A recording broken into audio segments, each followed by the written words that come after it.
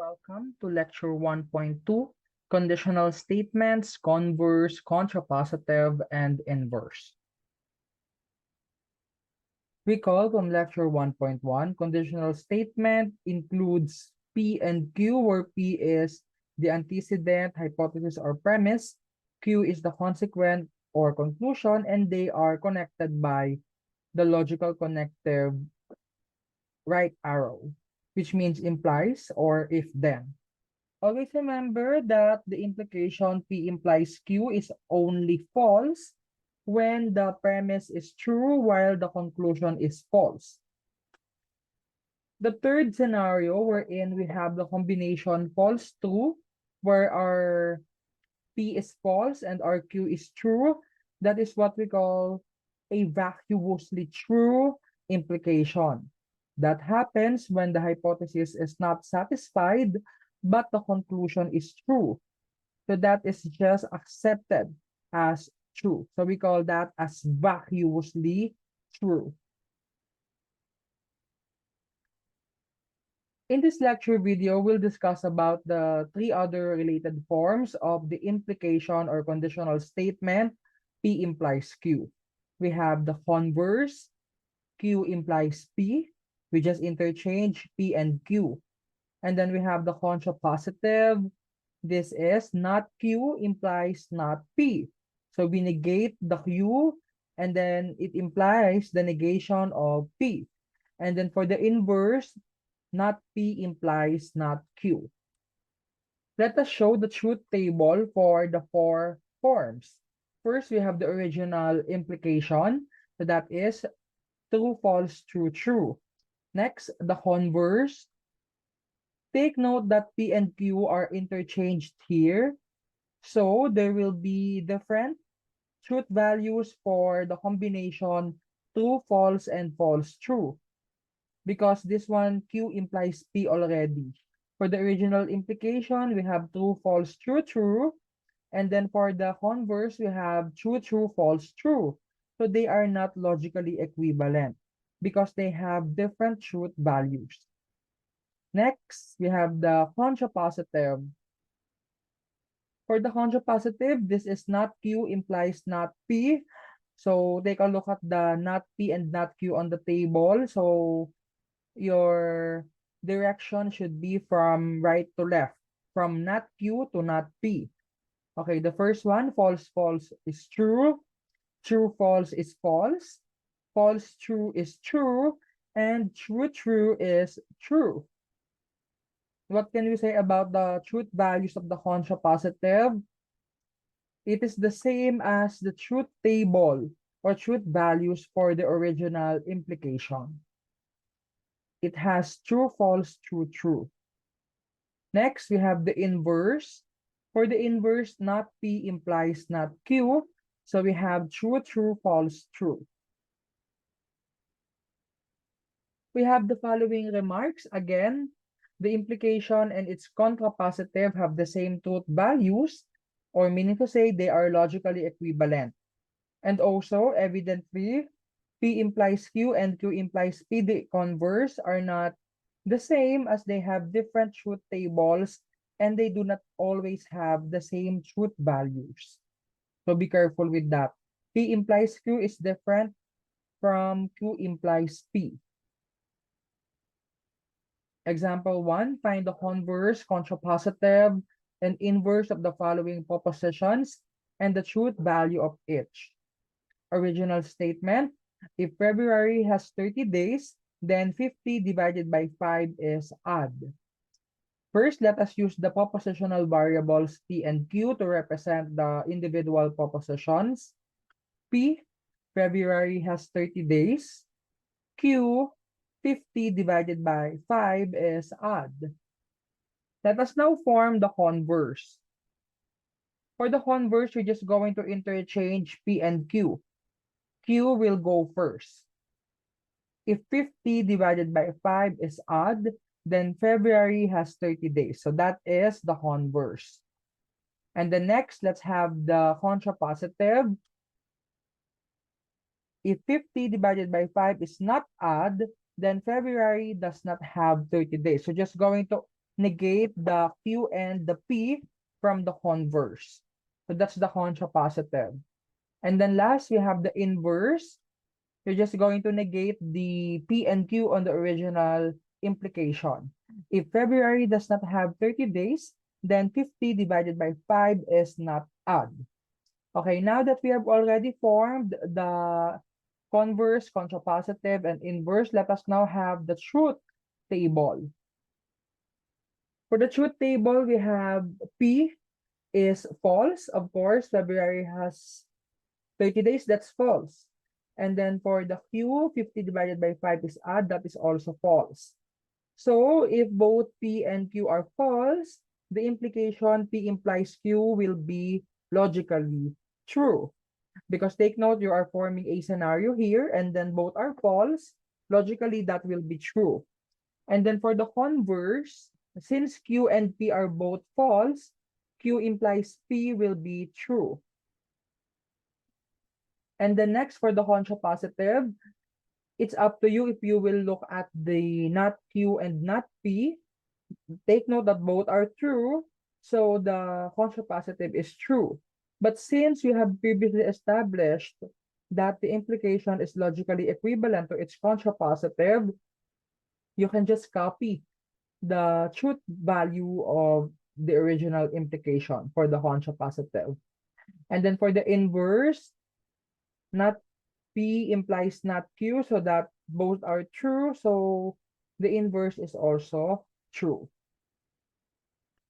Example 2, if square root of 5 is rational, then 5 is an integer. Our representation will be P, the square root of 5 is rational, and Q, 5 is an integer.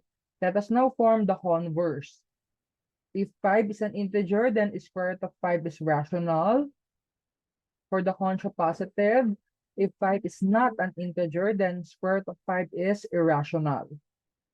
And then for the inverse, if square root of 5 is irrational, then 5 is not an integer. Our P is false, square root of 5 is not rational. Q is true because 5 is an integer. So when we combine them together to form a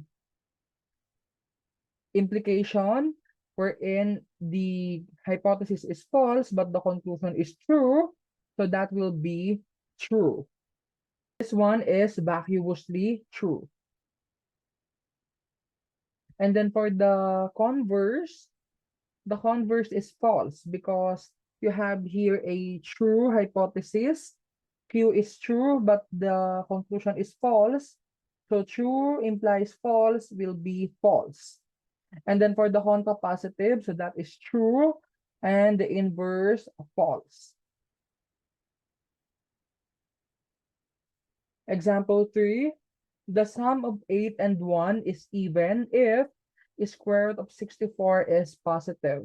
Take note that this one is not in the conventional format of an implication. So this one, Q goes first before P.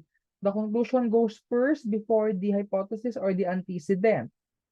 Okay, so what are we going to do? We're going to switch P and Q here. So we transform into if square root of 64 is positive, then the sum of 8 and 1 is even. So that will be easier for us to get the other forms of the implication. For our P, the square root of 64 is positive. And then for the Q, the sum of 8 and 1 is even. Let us now form the converse. If the sum of 8 and 1 is even, then square root of 64 is positive. For the contrapositive, if the sum of 8 and 1 is odd, then square root of 64 is negative. And then for the inverse, if square root of 64 is negative, then the sum of 8 and 1 is odd. Let us now create the truth values for this, the truth table. P is true because square root of 64 is indeed positive. And then Q is false because 8 and 1, when we add, will be 9, which is an odd number. So our Q is false. It follows that our implication P implies Q will be false also because our conclusion is false. And then the converse will be true. The converse, if the sum of 8 and 1 is even, then the square root of 64 is positive. So this one is vacuously true. And then for the contrapositive, this one is also false. And for the inverse, this is vacuously true.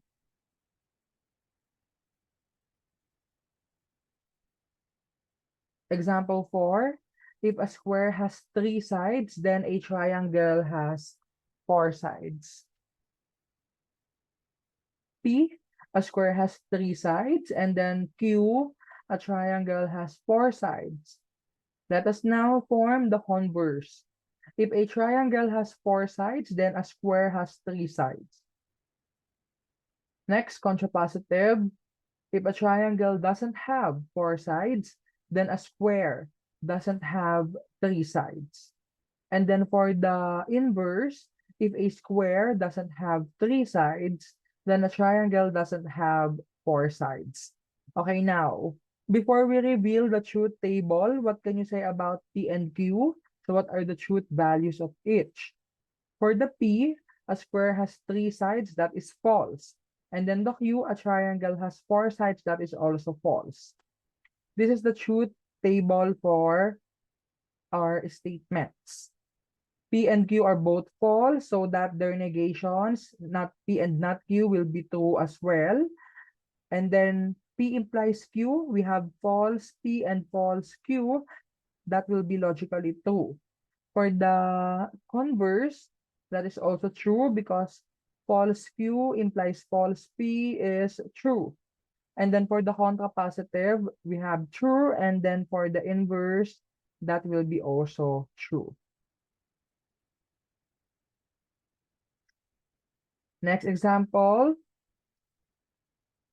if f is differentiable at x is equal to a, then f is continuous at x is equal to a. So this one is a theorem on differentiability from differential calculus. You will see here how conditional statement works as well as the converse, contrapositive, and inverse. Our P, f is differentiable at x is equal to a, and Q, f is continuous at x is equal to a. Let us now form the converse, contrapositive, and inverse. For the converse, if f is continuous at x is equal to a, then f is differentiable at x is equal to a.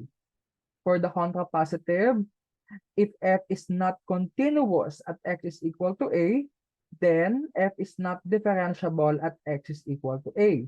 And then for the inverse, if f is not differentiable at x is equal to a, then f is not continuous at x is equal to a. So now, since f here is arbitrary, we do not know what this function is. The truth table for this one will be the general truth table for all the implications and its corresponding forms. Okay, we will see here that the original implication and the contrapositive have the same truth values. So just like what we said earlier, they are logically equivalent. So meaning to say, the only statement that is acceptable here all the time alongside with the theorem will be the contrapositive. So meaning to say, the converse may not work all the time, as well as the inverse. However, the original statement and its contrapositive will always work since they are logically equivalent. You have now reached the end of this discussion. You are highly encouraged to answer the following exercise.